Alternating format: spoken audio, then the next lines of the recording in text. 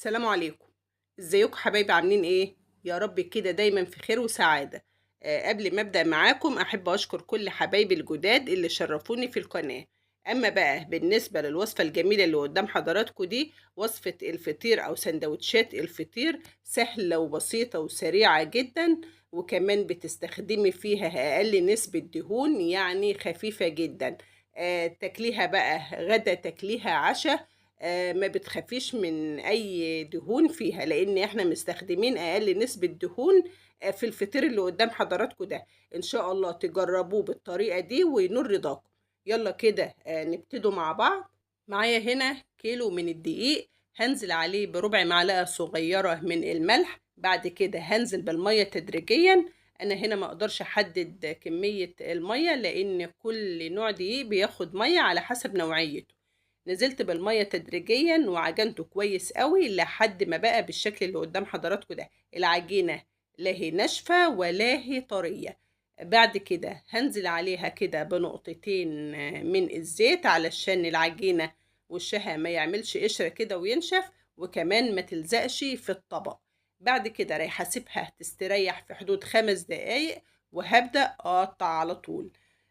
جبت بقى صينية نزلت عليها بمعلقتين 3 كده من الزيت، هابدأ أدهنها كده بالفرشة ورايحة أبدأ تقطيع بقى على طول. قطعته بالشكل ده.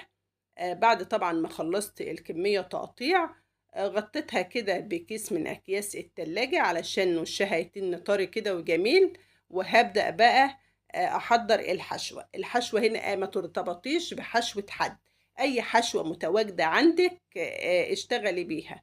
معايا هنا ممكن تستخدمي لحمة مفرومة، ممكن صدور فراخ. أنا هنا مستخدمة قوانص، كان عندي كمية قوانص.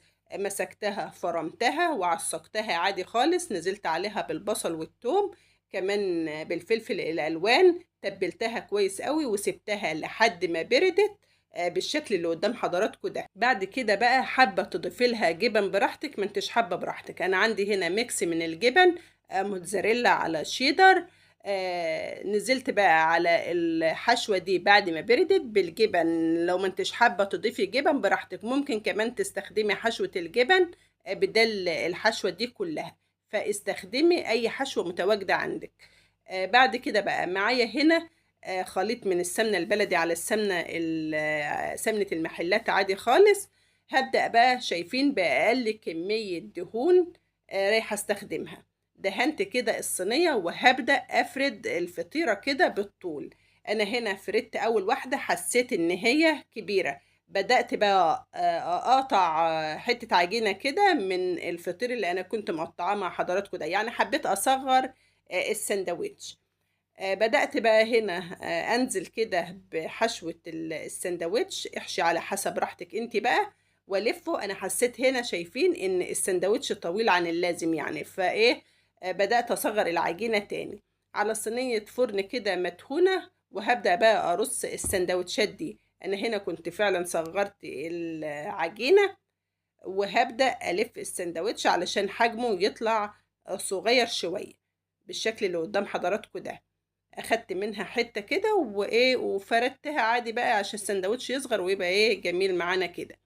بتفردي بالطول بالشكل اللي قدام حضراتكم ده، وبتبدأي تحشي وتحطي على صينية الفرن على طول، علشان لما بتحطيه على الصينية ما بيتشالش تاني.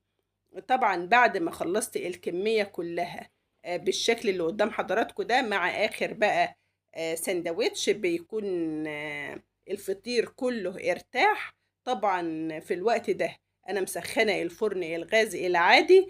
بعد كده هديته وبدأت أسوي فيه. لو انت رايحة تخبزي في فرن البوتاجاز على درجة حرارة 200 على الرف الأوسط، طبعا مع المتابعة بيطلع معاكي في منتهى الجمال. شايفين بقى الجمال؟ بسم الله ما شاء الله، طالع رائع جدا، ريحته جميلة جدا وطعمه جميل جدا.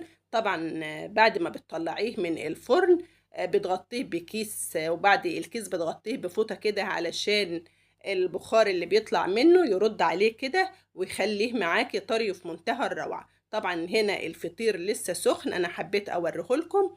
احنا طبعا كنا مستعجلين على الغدا، فطبعا لا غطيته بكيس ولا حاجة، انما انت بقى بتغطيه بكيس كده وبتغطيه بفوطة بيطرى معاكي وبيبقى في منتهى الجمال. شايفين بسم الله ما شاء الله مقرمش كده من بره وطري وفي منتهى الجمال من جوه، طعمه رائع وريحته جميلة جدا. ان شاء الله تجربوه وينور رضاكم.